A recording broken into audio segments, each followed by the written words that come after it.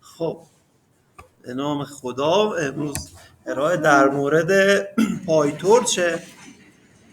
پایتورچ چیه؟ پایتورچ یه لایبرریه برای کارهای دیپ و ماشین لرنینگ و اینا که تو بحث حالا کامپیوتر ویژن یا NLP یا حالا بحثای دیگه مورد استفاده قرار میگیره.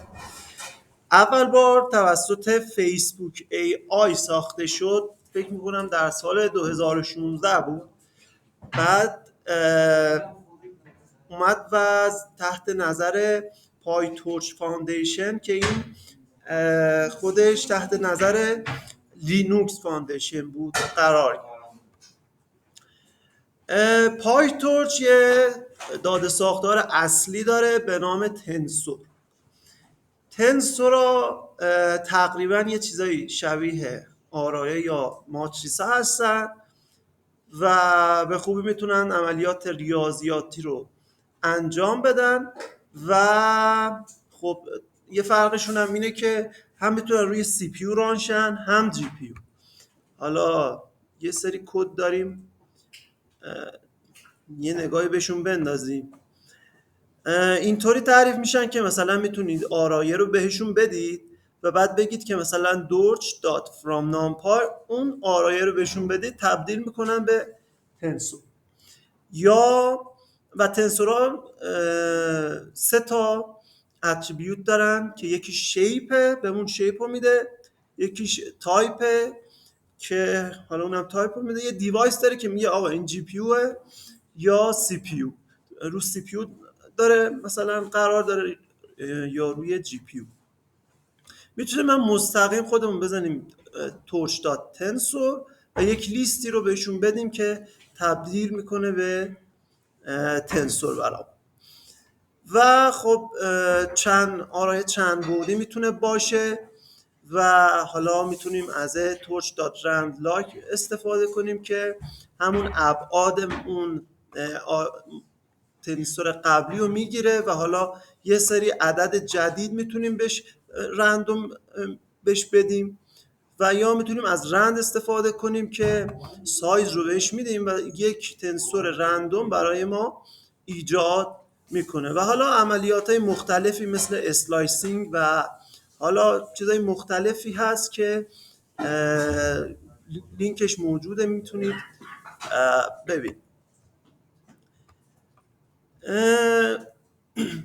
داخل پایتورچ اصل کار اون مدل‌های مختلفی داره که از گراف پردازشی داینامیک استفاده میکنه که باعث میشه ورودی‌های فلکسیبلی ما بتونیم بهش بدیم و ازش استفاده کنیم. چجوری این مدل‌ها رو پیاده سازی میکنیم و ترین میکنیم؟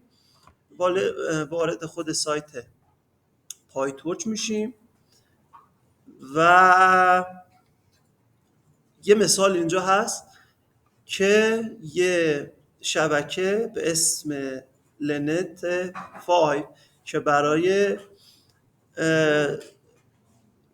روی دیتا ست امنیست هست رو میبینیم.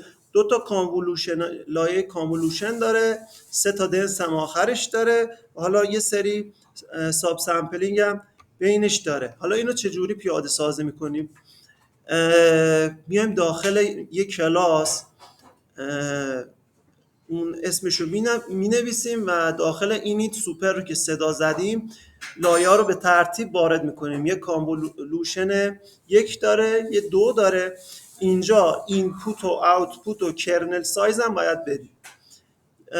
دنسا رو به ترتیب اینجا وارد میکنیم و اون عملیات اصلی که فوروارد برامون انجام میدارم توی تابع تحت فوروارد می نویسیم. میگیم آقا بعد از اینکه کانولوشن انجام داد یک مکس پول بزن روش با حالا کرنل 2x2 که مثلا بین مثلا یه ماتریس 2x2 ماکسیموم رو به ما برمیگردونه برای مینیمایز کردن بهتر اون ماتریس هست.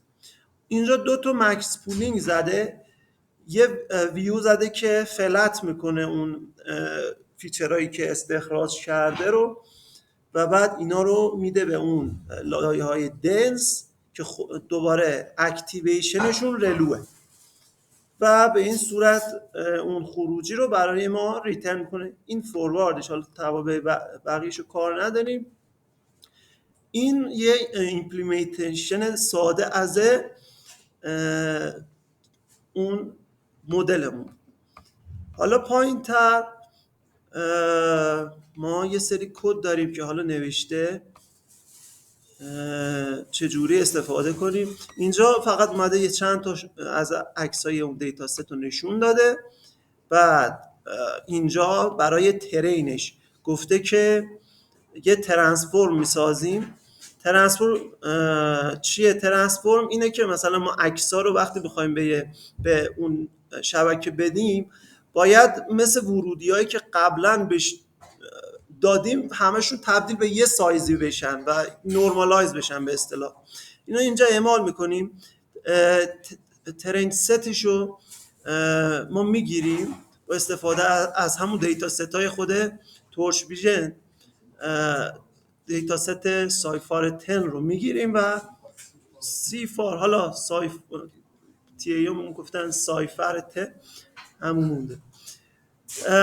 و ترین لودر چیه؟ ترین لودر همین ترین ست رو بهش میدیم و یه ایتریشنی برای ما ایجاد میکنه که بعداً به راحتی بتونیم اون داده هامون رو بخونیم. برای تست هم همین کار رو میکنیم و خب این مرحله دسته‌بندی داده ها برای ترین اون مدل میشه. باز یه چند تا رو اینجا نمایش داده و اینجا هم که این لوپ ترینشه که ایپاک 2 تا در نظر گرفته برای استاتیستیک یا اون آماری که آخر سر میخواد بگیره یه رانینگ لاس گرفته، فعلا 0 گذاشته و بعد روی داده ها لوپ زده، اینپوت و لیبل رو گرفته و ریست کرده اپتیمایزر رو و حالا ورودی ها رو داده، آوتپوت گرفته، لاس رو حساب کرده، بک پروپاگیشن زده و بعد اون ویت هایی که داشتیم رو آپدیت کرد. به همین صورت ما میتونیم روی سایر مدل هایی که ما دوست داریم این ترینینگ رو ایجاد کنیم و اعمال کنیم روشون. حالا اینجا لنت 5 بود، میتونه چیزای دیگه ای هم باشه. بخش بعدی ترانسفر لرنینگ توی پایتورچ. این چیزیه که ما یه کاری میخوایم انجام بدیم. وقتی که مدلش از قبل هست ما میتونیم از اون مدل استفاده کنیم و نه خودمون یک دور مدل رو ترین بکنیم که سریع بشه، سریع بتونیم استفاده کنیم. حالا یه لینک هم اینجا هست از این پری ترین مدل ها، به این صورت که ما از مدل های تورچ ویژن میایم و حالا چیزایی که نیاز داریم رو ایمپورت میکنیم. اینجا رزنت 50 و ویتسش رو ایمپورت کرده. ما میتونیم اینجا بگیم که آقا ویتس های ایمیج نت ورژن 1 رو بده، 2 رو بده، دیفالت رو بده که الان توی اینجا همون ورژن 2. اگه ورژن 3 باشه دیفالتش میشه همون. و یا میتونیم به صورت استرینگ بهش بدیم یا اصلا بگیم ویتس نان باشه. این برای API قبلی پایتورچ بود. جدیدن یه API اومده که اینا رو خلاصه کرده. این خط اول همونه، خط دوم هم همون استرینگه، خط سوم همینجور میتونی بنویسید رزنت 50 پری ترینش ترو باشی، اصلا همینجور ترو رو بنویسید. این خودش اون ویتای اصلی رو براتون لود و به همین صورت اینجا و آره و بعد میتونید که اون وزنها رو ترانسفورم کنید و به اون شکلی که مثلا یک ایمیج رو وقتی پری ترینینگ مدل ایمیج باید به همون شکلی باشه که موقع ترین بهش داده شده. میتونید از بیس دات ترانسفورم یه پری پروسس تعریف بکنید و ایمیج رو بهش بدید تا اون ایمیج براتون به همون صورت اعمال بشه و استفاده بکنید.